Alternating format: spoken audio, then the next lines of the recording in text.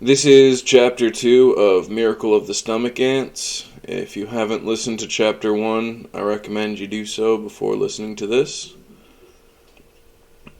On my Bandcamp page, in every story that's posted there, there's going to be PDFs included in the downloads. Everything on my Bandcamp is available for free download. So it'll ask you how much you want to pay. If you don't want to pay, you can just type 0 and still get the PDF and the MP3s of the audiobook. That's it. Here's Chapter 2.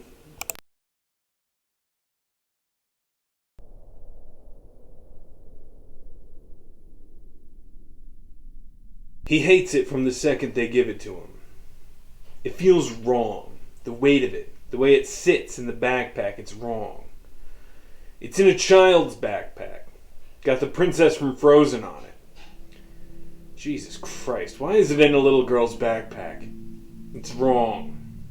It's bad. It's a bad thing. It's a bad thing and it's his now. He has to walk back to his car alone, in a hospital gown, holding the child's backpack by the straps.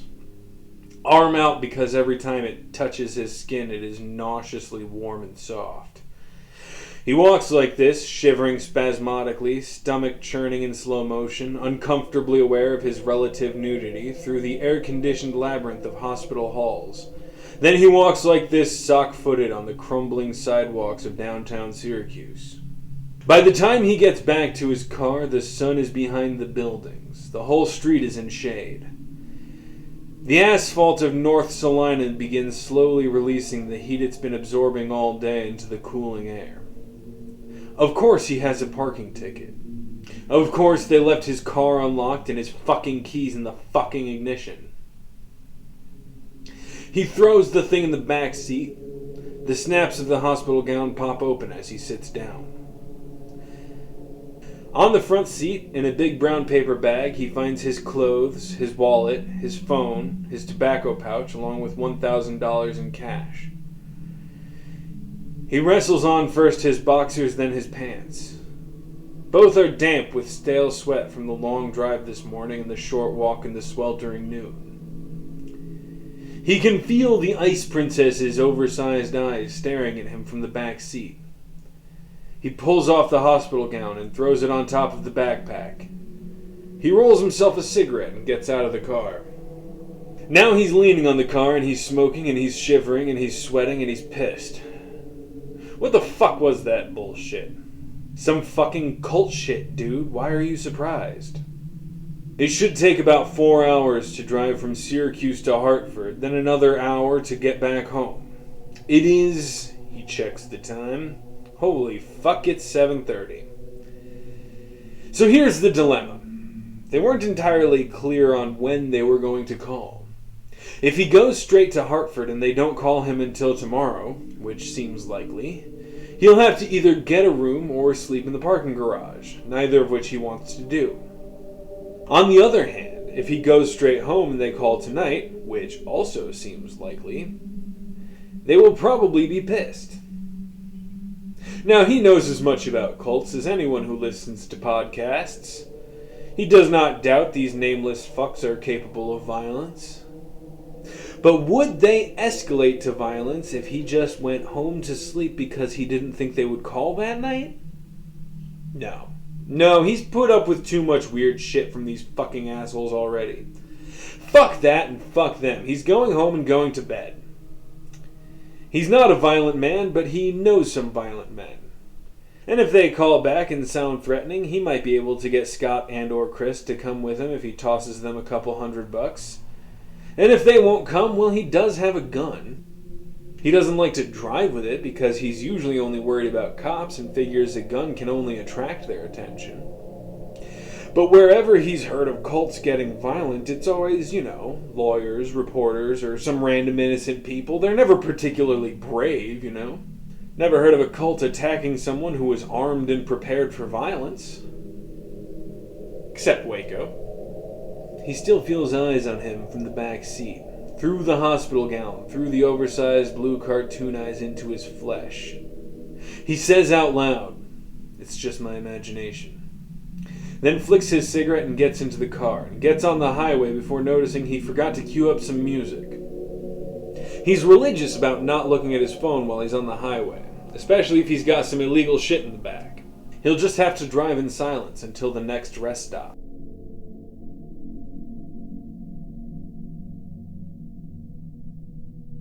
He drives alone in silence and twilight until he is driving alone in silence and darkness.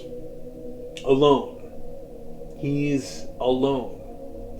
There are no eyes or fingers crawling under his clothes, crawling hungry and uninvited over his skin. The blemishes in his skin, his dick, his asshole, the folds of fat where sweat collects, his mouth, the bad taste in his mouth, his slightly swollen tongue, his teeth beginning to ache, crawling under his skin, his body, his secrets, his quiet shame. There is nothing in the back seat, probing into the softest parts of his flesh. That's just his imagination. That bullshit back at St. Joseph's was fucked up. It was fucked up, and he's a bit fucked up about it. And that's fine. It's true that he doesn't know what's in the bag or why it's in what it's in. He doesn't intend to find out. He just wants to get rid of the fucking thing and get paid and go home. And take a fucking hammer to this fucking phone they gave him until it's in small enough pieces that he can throw it in the toilet, shit on it, and flush it. Steering with his knees, he rolls another cigarette. Usually he tries to avoid smoking in his cars, but some days you just can't. Know what? Fuck it. He can't take the silence anymore. He was going to wait until he gets to a rest stop and queue up 6 hours or so of music and podcast. The thought of being pulled over for distracted driving with whatever fucked up shit is in his back seat is genuinely terrifying, but he just can't handle this fucking silence right now. His phone is dead.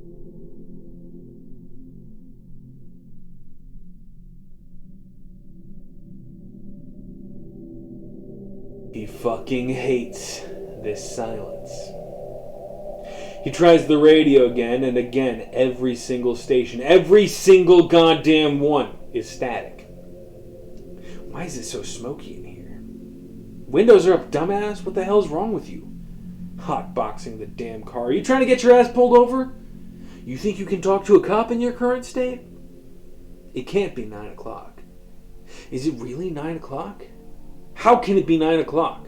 Where the hell is this rest stop? Did he miss it somehow? He's been driving 65 miles an hour for an hour and a half. How has he not seen a fucking rest stop? What the hell is wrong with New York?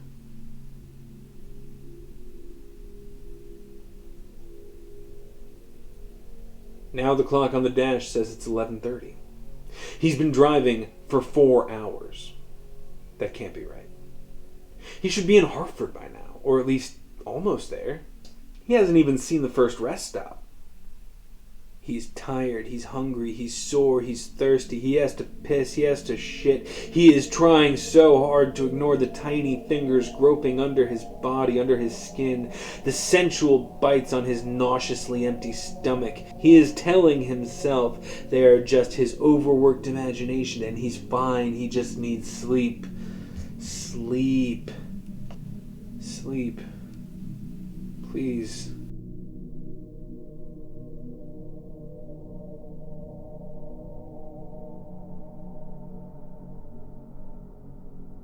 It can wait. Tech stop, 5 miles, no bathrooms. Pulls stale tobacco smoke through his dry and reeking mouth and says, "Thank you, Jesus." It is 12:45. He can only see 2 other people on the highway with him. A red Subaru Outback and a white Ford Explorer. He's been matching speed with them for as long as he can remember. Something is fermenting inside of his stomach. Something hot and sour and expanding. It's not something he ate.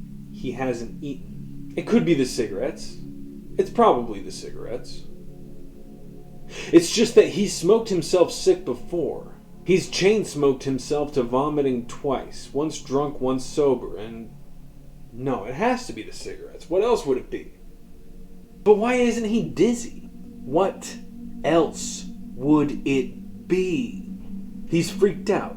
He's made himself sick by chain smoking. This isn't the first time. He really should quit, or at least find a healthier way of dealing with stress. Maybe one that kind of works sometimes.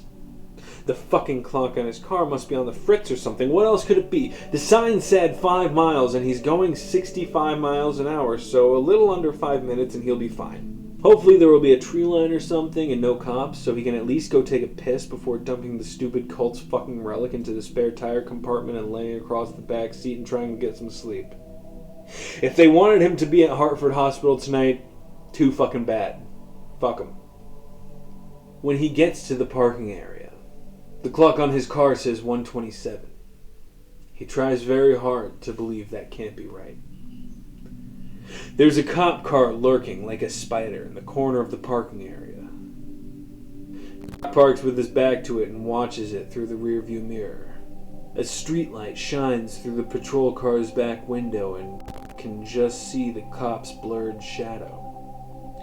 Can't tell if he's sleeping or not. Probably is. But what if he's not? He sits and watches the rearview mirror, hoping against hope that the pig will leave. But the goddamn pig won't move. Is it sleeping? If it's sleeping, you can go piss but what if it's pretending? No, you better stay in the car. It's safe in the car. You're anonymous in here. Just another driver. People get put on the sex offender registry for public urination. That's probably why the cop is here, to catch guys pissing and put them on the sex offender registry.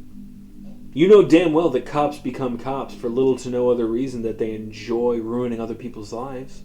You want to get put on the sex offender registry? But the pig won't wander off if it's just sleeping right now. Then you'll just have to hold it all night. What? Fuck that. You want to risk the pig finding out what you have in your back seat? Before even you do? Is that how you want to find out what you have in your back seat? But he doesn't want to find out what he has in his back seat. Surely by now you don't think you can just drop me off at Hartford and be on your way. Why the fuck not? You look back at the silhouette of the cop. It's not sleeping. It doesn't look human. Something large is gyrating excitedly. The police car is rocking slightly on its suspension. Inside your stomach the egg sac erupts. His bladder hurts. Gas expands in his lower intestine, and he writhes in his seat. Fuck it. Why doesn't he just go back behind the tree line and... No!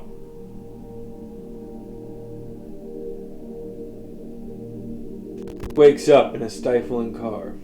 The windows are rolled up. The clock in his car says 12:15 and he's parked in the sun.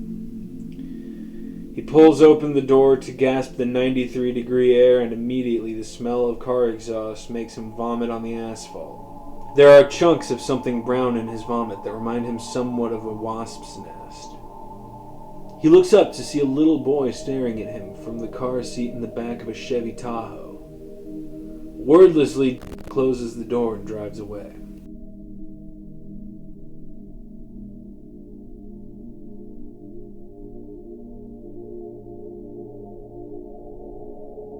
Something's moving in his stomach. It could be nerves, or dehydration, or exhaustion, or hunger or something. But it doesn't feel like any of those things. It feels like something crawling across the inside of his stomach. Things. But it's his nerves. Overworked imagination, lack of sleep, dehydration, etc. Nothing can live inside the human stomach, right? I guess tapeworms, maybe. He is driving with the windows open, and the sweat that drenched his skin and clothes when he woke up has dried to a salty, invisible crust. He is sucking on a penny because a guy in a movie he saw said that it helps keep the saliva flowing. It was a button in the movie, but he assumes the same principle applies. He can't tell if it's working. He has a blaring headache, and the smell and taste of vomit permeate his mouth and his nasal passages. His throat is so dry that it hurts to breathe, and his neck feels like overworked rubber. His bladder and his colon are both painfully full of waste, and he is inexplicably horny. The cigarettes only make things worse, but they're kind of all he has right now. So when he comes up on a construction zone, he rolls himself another one. The clock says 12:53. He thinks he can feel the mucus in his throat writhe as he sucks in the stale smoke. He slows and merges onto the left lane. And by the time he reaches the construction zone, he's going 25 miles an hour. He starts chewing on the penny. His lungs rattle and he coughs up something white and disgusting onto the steering wheel. It can't be moving, it's phlegm. It can't be moving right now. He grabs the hospital gown from the back seat in panic and disgust and kills it. Wipes it up. It wasn't moving. It couldn't have been. It came out of his fucking mouth. He imagined it. Has to have.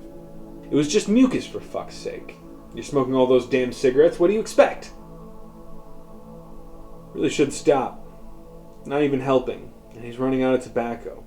And his throat is closing up with what feels like squirming mucus. He is shaking with dehydration, and his headache is only getting worse. And every time he coughs, it explodes into blinding white pain. He takes another drag.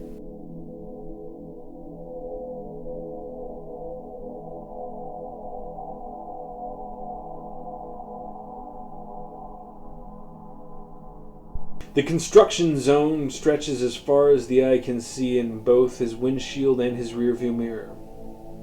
He is trying not to smoke another cigarette because his tobacco is down to the crumbs, so that every drag he takes flicks another irritant crumb into the back of his already painful throat. He is trying not to think. He is thinking about fucking. His hands are rolling him a powdery cigarette, and he is only vaguely aware of this. He is thinking about Danny's thick legs locking behind him, pulling him greedily into her, his naked flesh caressing her unwashed Bob Marley hoodie. He's still never seen her completely naked. That bothers him more than he thinks it should. He rolls down the window and coughs and gags on his cigarette. She doesn't believe him when he tells her that he genuinely does love her body. He doesn't like admitting this to himself and will never admit it to her, but he's never liked her as much as he likes fucking her. He thinks she must feel the same way. Why else would she trust him enough to let him come inside her, but not enough to let him see her belly? His balls are throbbing now, and his dick pushes uncomfortably against the zipper of his jeans. His body tries to sweat, and produces only enough thin, pungent slime to make slick the salty film of last night's sweat. A man in a reflective vest operating a jackhammer stares fixedly in his direction. He stares back defiantly, and then looks back to the road. He wasn't looking in his car, was he? He had sunglasses on. He was probably just staring off into space. I felt like he was staring at him. No, that was probably just his imagination. Next time she'll be naked for him, or they just won't fuck. He can't say why this is important to him, but it is.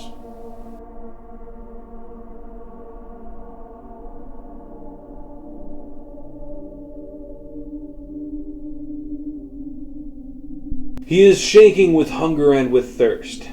It takes a concerted effort to clutch feebly to 10 and 2 on his steering wheel. His throat is coated with squirming mucus and stale tobacco flecks. Every time he coughs, he pisses a little, and it hurts to hold the rest back, and for a fraction of a second he seriously considers just pissing his pants. He is genuinely afraid of what will happen when he runs out of tobacco. He pulls the ember into his numb and nicotine-stained fingertips, and reluctantly crushes it, letting its last putrid crumbs fall out the window. He has enough for maybe 2 more, if he makes them real skinny. 2 more, and then he's truly alone with the angel. Angel? Relic?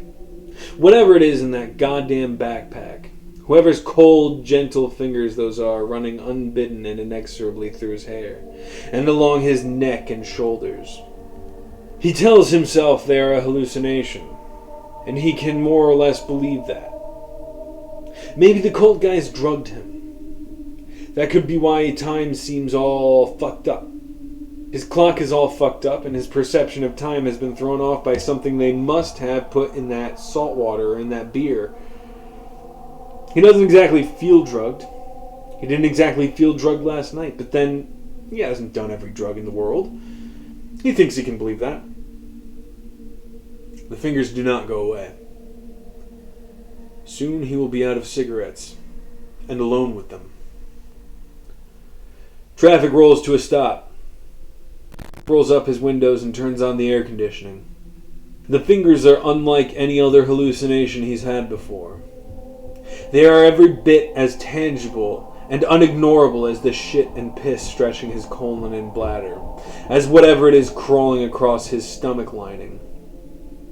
He has been grinding his teeth since he tossed that cigarette, though he has no idea how long it's been. The clock is still all fucked up. It says 7:30, but wasn't it 1:30 or so when he pulled into the construction zone? His perception of time must still be thrown off, because honestly, that sounds right. But if he and the clock are both wrong, why is the sun so low in the sky? Why is it so fucking hot in here? What the hell did they drug him with? Traffic is still not moving. He holds his hand up to the vent and it's blowing hot air. He says, "Fuck!" And he turns off the air conditioner and he says, "God fucking damn it!" And he rolls down the window and he says, "Cocksucking shit!" And he rolls himself his second to last harsh and unsatisfying cigarette. What the goddamn hell are they doing to the road? He looks out at the workers, busy and sluggish like drugged ants. One of them is wearing a suit underneath his reflective vest. He must be an OSHA guy or something. He is carrying a tablet.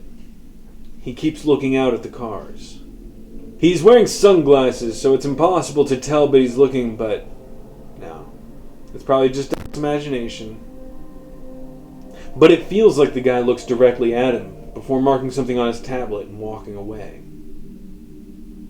Traffic starts moving a few minutes later.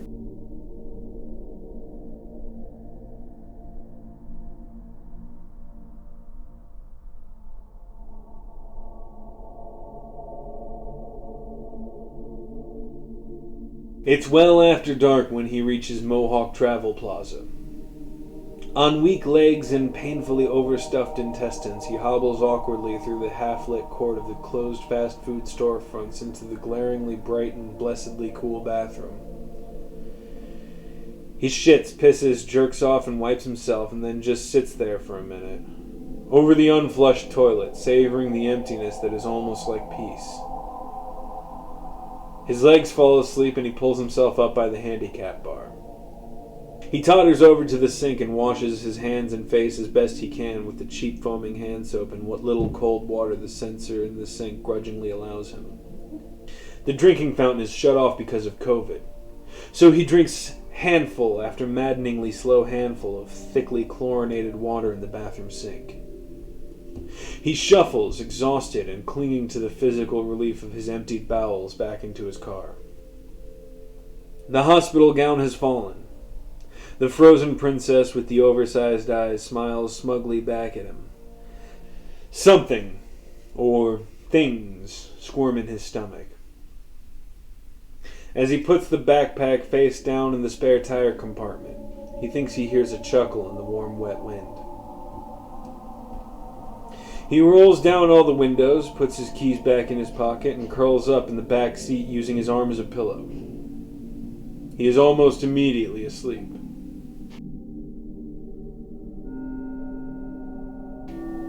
You came into this world withered and helpless and raw and red and screaming. You could do nothing but scream. And that was countless days ago, and still you can do nothing but scream. You scream when there's fear, and you scream when there's pain, and you scream when there's hunger. And Mother comes and she gives you her breast, and she helps you release the gases that are trapped in your stomach, and she puts you back in your crib, and you are once again helpless. You've gotten so big now, your body feels strong, but you have no idea how to use it. Your arms flail in spasmodic motions as you struggle to bring your hands in front of your face. You think that maybe if you can look at your hands, you may be able to understand how they're supposed to work, how you're supposed to control them. Mother's milk moves in your lower intestine. It's happening again. Dread ebbs at the back of your neck. How long this time will you lie in your own waste before one of them stumbles mumbling to clean you? Will you get a rash again this time? Can you die from this? What if your parents are sleeping and you can't wake them? You try to focus on your hands. Your hands are the key. If you can learn to use your hands, you can do anything. You fight it. You try to stop it, and it expands painfully in your gut. The pain overcomes you almost immediately. You let it go, and it spreads hot and liquid across the inside of your diaper. You can do nothing but scream.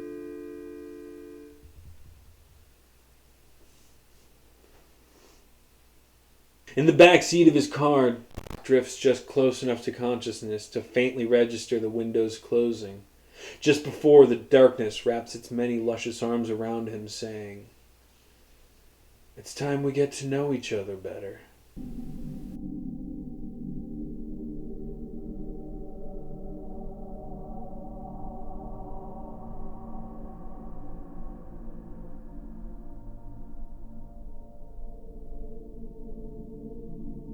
Wakes up drenched in sweat.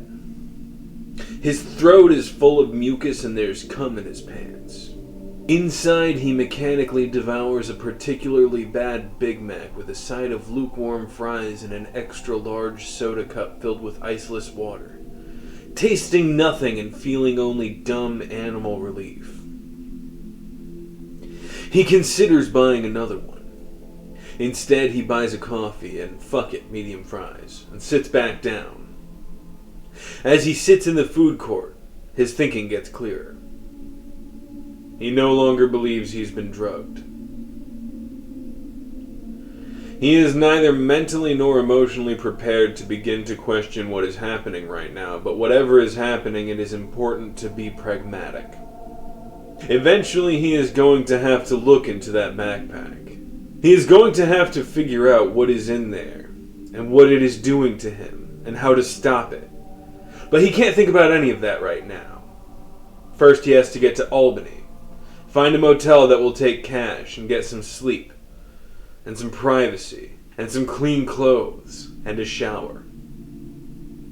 After that, he will look into the backpack and figure out what the hell is going on and what he can do. Meanwhile, he's been driving for 2 days. He hasn't been drugged. He has definitely been driving for 2 days. And he needs to be ready for at least 2 more days before he gets to Albany. He will need food and water. He does not have a cooler and his air conditioner is broken, so he needs some food that won't go bad in the heat. On the other hand, he needs something that isn't just empty calories. If he gets chips or cookies, that'll just dehydrate him. He stands up and walks over to the cooler in the snack shop. Tuna sandwiches and egg salad sandwiches are both obviously out of the question. The salad may be fine as long as he eats or throws out the hard-boiled eggs right away, but then given how long he may need to go between bathrooms, maybe he should avoid something so high in fiber. He is wondering about cheese curds. He thinks he may have heard someone somewhere say that you're actually not supposed to refrigerate cheese curds, or they were invented before refrigeration, or something like that. Actually, speaking of which, they did that thing on Super Size Me, where the McDonald's food wouldn't rot. There's an old woman with a mask on her chin, staring at him with open suspicion and contempt from the off-brand candies. So he walks back over to McDonald's.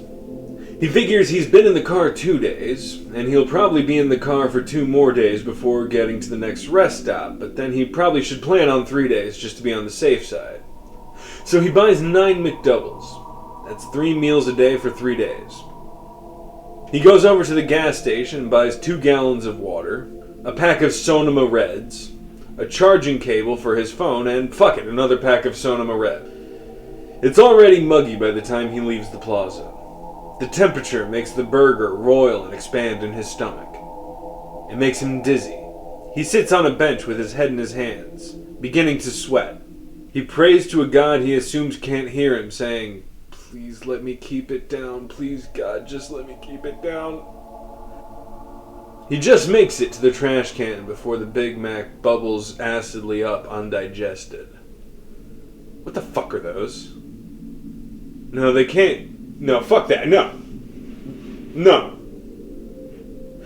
Looks at all the averted gazes and picks up his 2 gallons of water and his 9 McDoubles and shuffles sheepishly back in the direction of the car. There must have been maggots in the trash can he didn't see before. But they were on the food. No, he's overtired. His mind is playing tricks on him. They were on the food when it came up. You saw them. I did not just vomit worms. How long are you going to keep playing this game? He stands by his car with his key in his hand. He really doesn't want to go. How long will it be this time? What's going to happen to him when he goes to sleep? He hates being at that fucking thing's mercy. He looks up and what he sees terrifies him. He does not know why it terrifies him. It is a bright red F-250. Clean, fairly new looking. There are no decals. It has regular New York plates. There's nothing about it to set it apart from any other clean, red, fairly new looking pickup truck. Panic grabs him by the scruff of the neck and he jumps into his car, peeling out of the parking lot. As far as he can see, the truck does not follow him.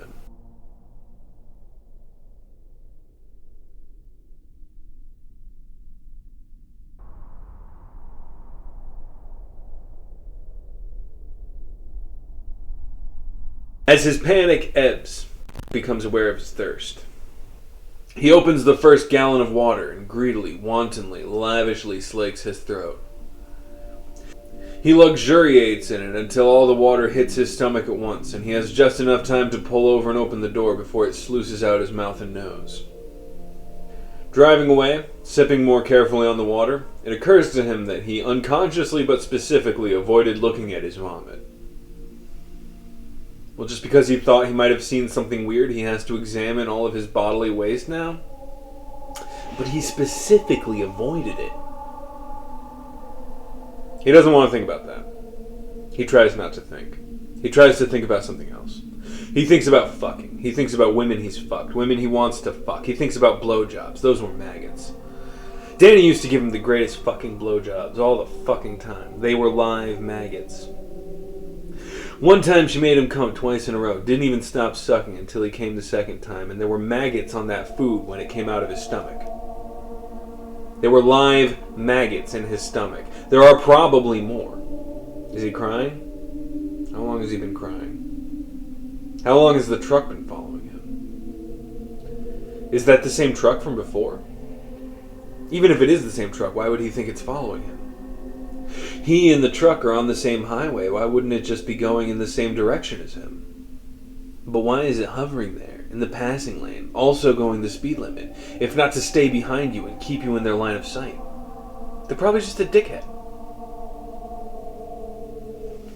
His gut tells him the truck is following him, but his gut is full of maggots. Just to see what will happen, he pulls into the passing lane and steps on the gas. He drives 80 for a while. It's nerve-wracking to be speeding with contraband in the car, but it also feels good. As far as he can tell, the truck doesn't follow.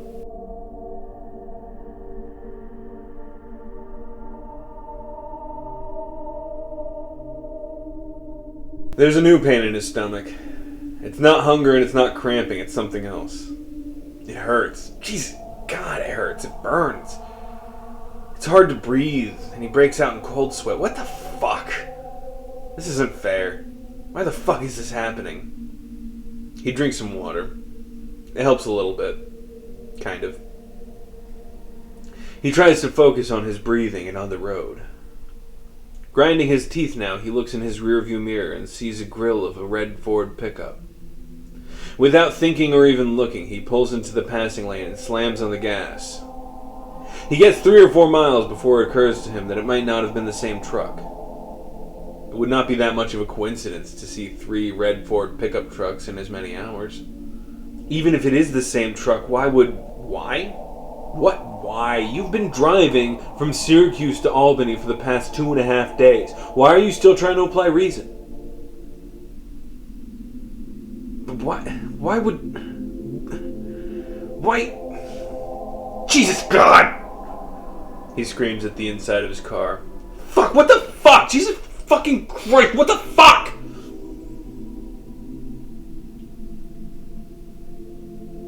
He decides to slow down. Let the truck catch up with him. Write down its license plate number and then speed off. That way, next time he sees a red truck, he can check if it's the same one, which will prove absolutely nothing because there's nothing unusual about a truck going the same way as you, and you don't need proof, do you? You already know it's the same truck, and you already know that it terrifies you. What else do you need to know? He slows down to 65 and digs hastily through his glove compartment for a pen and something to write on. He hates the sound of his own bated breath as he watches the rearview mirror. He tries the radio again without looking or thinking. He slows down to 50. From the static emerges a voice. And Moses said, "Let no man leave of it till the morning." Notwithstanding, they hearkened not unto Moses, but some of them left of it until the morning. And it bred worms, and stank. And Moses was wroth with them. And the voice is enveloped again by static. The back of his neck prickles, and the pain in his stomach flares up to a burning stab. He says, "What the fuck does that mean?" Just that for a couple seconds some gospel radio had a stronger signal. He wants to believe that, but he can't. He says, "No, what the fuck does that mean?" He went to Sunday school as a kid. He knows the story of manna. When the children of Israel were lost in the wilderness and they had to gather manna in the morning, and those that tried to stockpile it found it rotten the next morning and crawling with worms. You know what it means. You just don't want to know. He says, "What fucking manna?" But you know. He knows.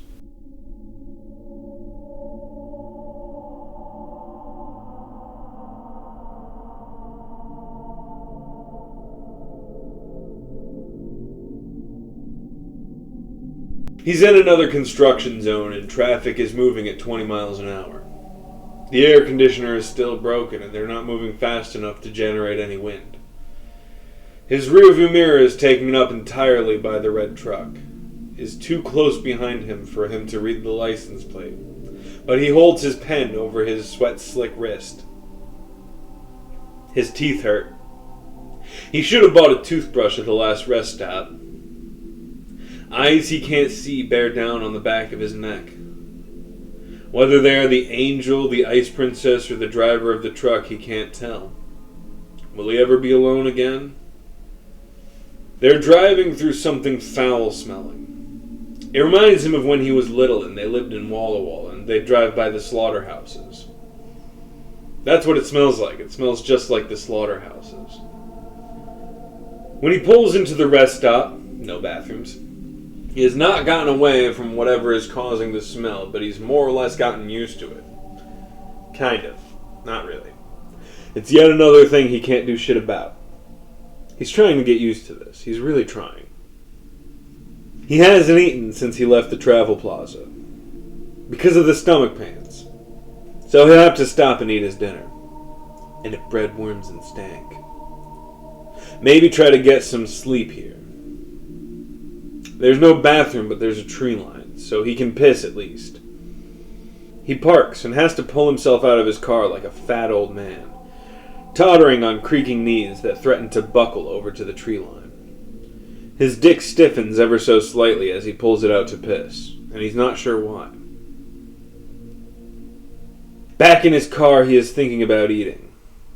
He is thinking about the Israelites when they were lost in the wilderness and God made the manna go bad so they would have to collect it every morning. But that was manna from heaven, and this is a sack of McDoubles. And it's not an Israelite. He's not even Jewish, and he stopped believing in all that half his life ago.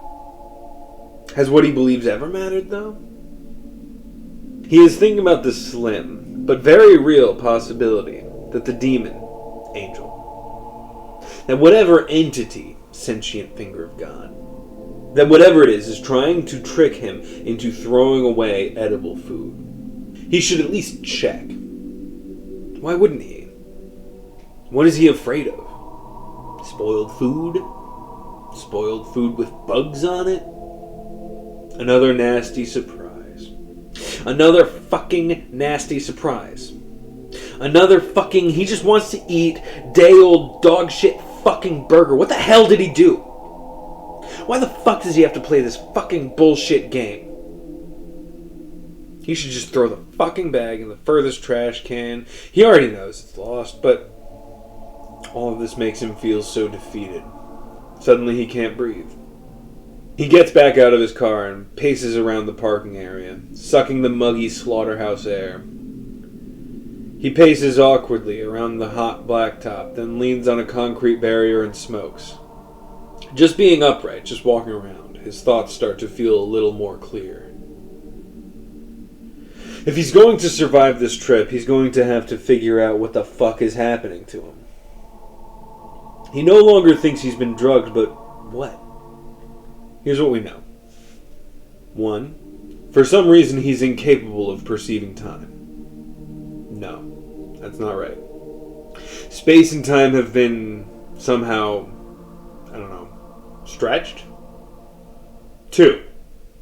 He is smoking more than usual. 3. There are live maggots in his stomach. 4. His stomach hurts. Probably because of something the maggots are doing. Or is it? Could the worms be a hallucinatory manifestation of his pain? Or a dream? Not a regular dream, obviously. It's too vivid and too long, even for a nightmare. But don't people usually have long, intensely vivid dreams when they're in a coma? This thought comforts him somewhat. Maybe they really did drug him and he went off the road. He could be back at St. Joseph's right now. There's really no way of knowing. Naturally, his thoughts turn to lucid dreaming. If he's dreaming, and he knows what he's dreaming, he should be able to control what happens, because everything that happens here happens inside his mind. What makes you think you can control the inside of your mind? If his theory is right, and he concentrates enough, and if he can believe firmly in his ability to alter his own reality in a literal sense, then he can turn around and there will be a bathroom. There will at least be a porta potty. He takes a deep breath. He tells himself there's a porta potty behind him that he just hasn't noticed yet. He closes his eyes and concentrates on the image. One of the bigger ones. Relatively clean. He turns around and there's nothing there. Maybe the porta potty was too far outside his own perception of conceivable reality. He already knew there wasn't a porta potty there. One can't go from stuck in traffic for 3 days straight to fucking Emma Watson on a boat. He's got to work his way up. Tell you what though, he says, those McDoubles are fine. I mean, they're day-old fast food, but they're edible. I'm probably going to have one after I finish this cigarette. He nods to himself. He can believe that. No, he does believe that. He's going to finish his cigarette, then eat a goddamn McDouble. Then maybe he'll find a porta potty. One thing at a time. He's going to finish this cigarette and have himself a McDouble, and he's going to actually keep it down. He flicks his last bit of cigarette. He's hungry. He walks back over to his car, confidently opens the bag, and narrowly misses vomiting into his car. The stench coming from the bag is appalling. It leaves greasy residue in the passenger seat of the car. Only after he takes it over to the furthest trash can does he notice he vomited on his shoes. No maggots, though, so at least there's that.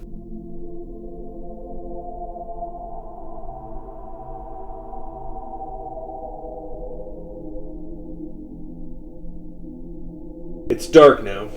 No idea what time because the only clock is in his car.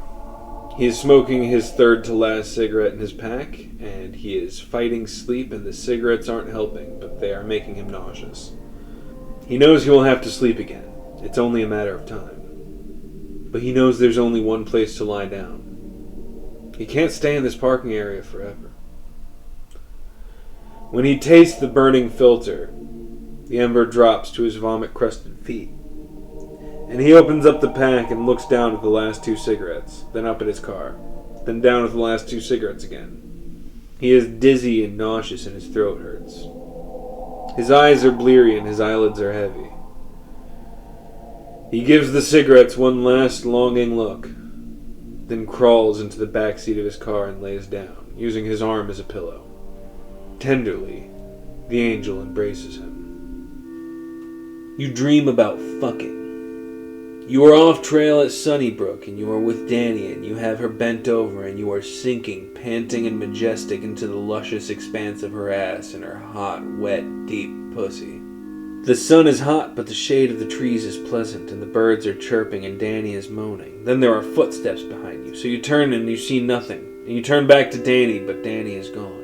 And you are just masturbating in the middle of the woods. So you try to finish, but you hear the footsteps again, all around you this time. You stop masturbating and try to pull up your pants, but they're too small to get up past your thighs, and you tug on them even though you know you will never get them up, and your dick, like a throbbing beacon of guilt, cries up for attention. And there are footsteps all around you, but you see no one, and everyone sees you until the sun sets, and then it's pitch dark, and infinitely strong arms wrap around you, suddenly, gently, inevitably from behind. You come so hard your knees buckle, and the angel wraps its many limbs around you. He's never been held like this, gently, protectively. He's been hugged and nuzzled and clung to, but he's never been cradled by someone stronger than him. Not as an adult. You want to sink into that animal comfort, but the noise, the shouting and fighting outside. And now someone is banging on the window. And even in the fortress of the angel's arms, you start to feel fear again. And the angel asks you if you want it to make them leave us alone. And you think about it, and you nod. And the arms disappear from around you, and you are briefly cold, and there is screaming outside the window, and then there is silence. And then there is the angel's embrace, and then there is sleep.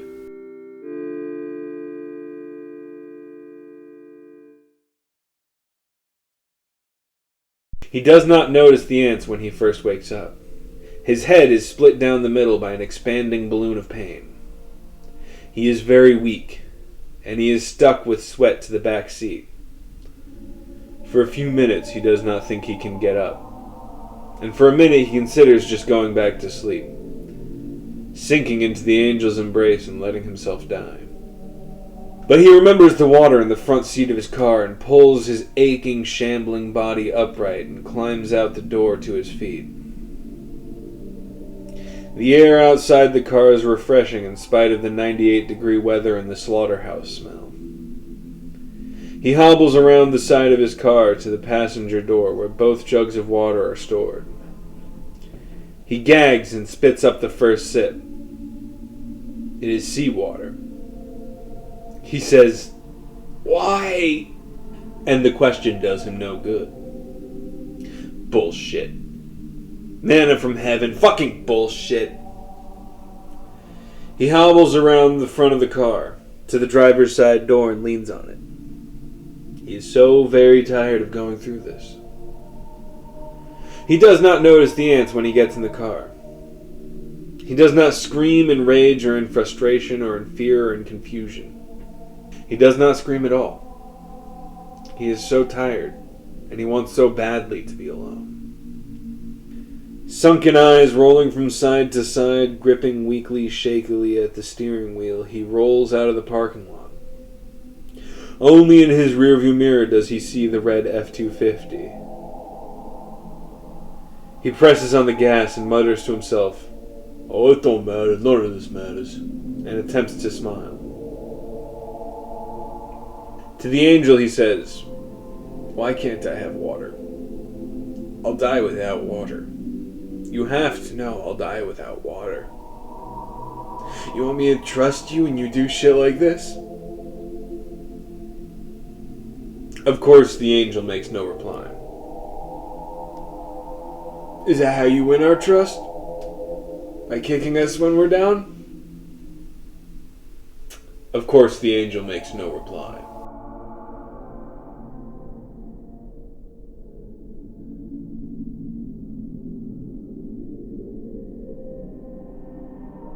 3 minutes after he merges, he notices an ant crawling across the windshield.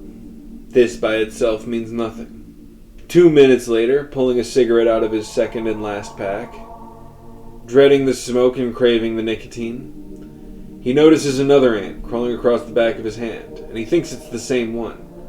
And he thinks it may be a carpenter ant. A minute later, parched and smothered by the nauseous relief of cigarette smoke, he notices the thunderclouds on the horizon. The thought comes unbidden. Manna from heaven.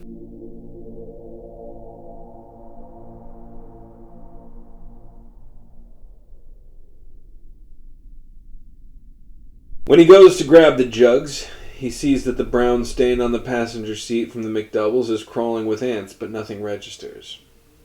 He is pulled over by the side of the road, and now his hazard lights are on. It is pissing rain. He opens both jugs and gets out of his car, putting both of them on top of the roof and then just standing there, dumbly, watching them fill. The rain is warm, and it feels so good it makes him want to cry. He lolls his head back and sticks out his tongue, and he lets the rain nurture him drop by ecstatic drop. He sees one of the jugs has just enough rainwater in it to cover the bottom. He throws it into his mouth, chokes on it, and swallows it anyways. And he savors the feeling as the single insufficient drop of mercy distills into his parched and knotted organs. Then he stands there in the pouring rain as it breaks down the sweat in his hair and on his skin and his clothes, and as it drips off of him something almost like contentment sinks slowly and uncertainly into his taut, dried flesh. After several minutes of this, it occurs to him that he might look suspicious standing here.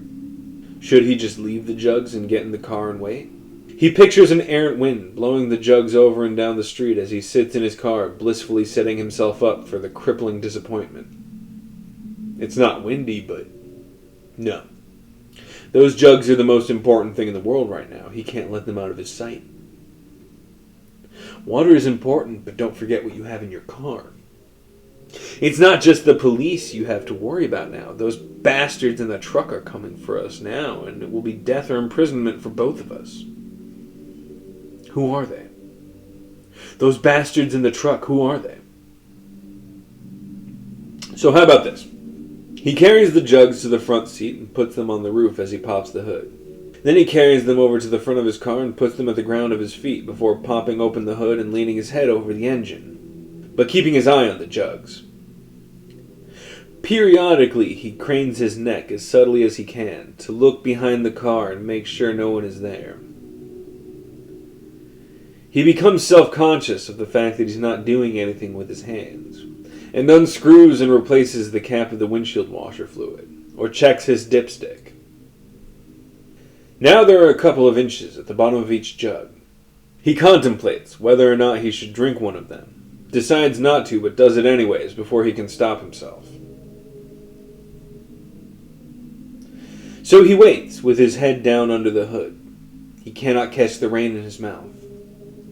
And he waits, and he cranes his neck behind his car, and he sees nothing. And he stares down at the engine of his car. And he looks down at the jugs at his feet.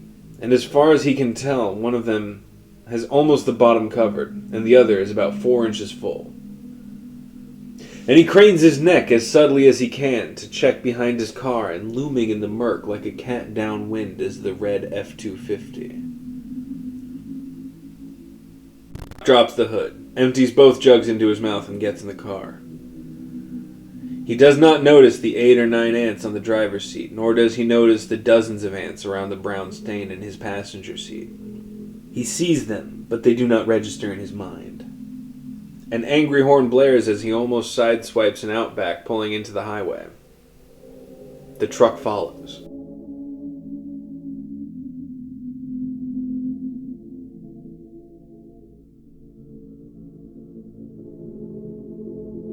He's been driving for 2 hours now. His clothes are stiffening and moldering. He drives through a hill they blasted in half years ago to make this highway. The sign says, "Caution falling rock." He drives by a dairy farm, then through nondescript wilderness. Another sign has a silhouette of a jumping stag and says 12 miles. It is still pissing rain. For 2 hours, he has not seen another vehicle other than the red truck. For the past 2 hours, the red truck has been with him. He is trying not to think about it. What can he do? He can't go any faster in this rain. He can't see shit. He shouldn't even be going as fast as he is, but well, they haven't run him off the road yet. So he thinks they probably would have if that was what they were going to do. But what are they going to do? Either way, he can't outrun them. Definitely not until after this rain stops, and probably not even then. He will have to stop and confront them. But how? He has no idea who they are, or what they want, or what they are capable of. He wishes he had a gun, or at least that the tire iron was a little more handy. But wishing does no more good than trying to ignore the truck. He just keeps driving. Driving and waiting. No, that's not good enough. He needs a plan. He can't just keep driving forever. Sooner or later, he will have to stop. When he stops, he will have to confront whoever is in the truck, and the longer he drives, the more exhausted he will be for the confrontation. Does he still have that buck knife in his glove compartment? What, are you going to stab someone? He may have to. Are you going to sink your trusty pocket knife into the flesh of a total stranger? Do you think you can stick a blade into someone's belly and cut open their intestines? Or puncture their lungs? Do you think you're capable of that? If he doesn't have a choice, maybe. And what if that person has a gun? Especially if they have a gun. It's then, as he's reaching for the glove compartment, that he notices the ants. Several dozen of them are congregated on and around the 2 plastic jugs. They are eating them. They are tearing chunks of his water jugs and carrying them under the seat. His first thought is that he should have known something was going to happen to the jugs. His second thought is that he doesn't have time for this.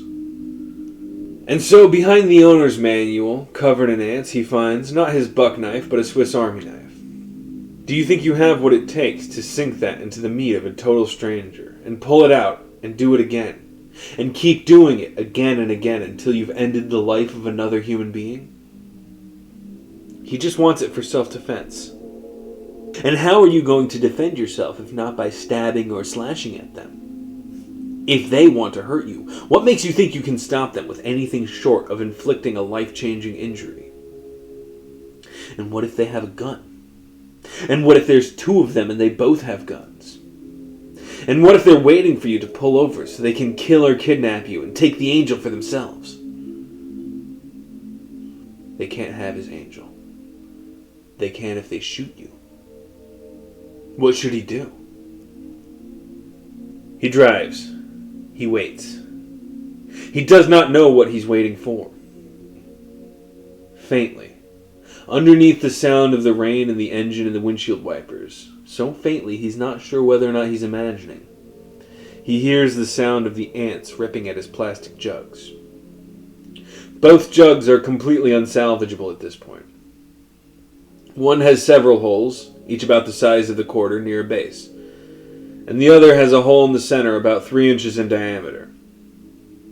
His back hurts, and his legs hurt, and his bowels are cramping from lack of water, and his stomach is cramping from lack of food, and his arms are so weak that it's a constant effort to keep the wheel straight.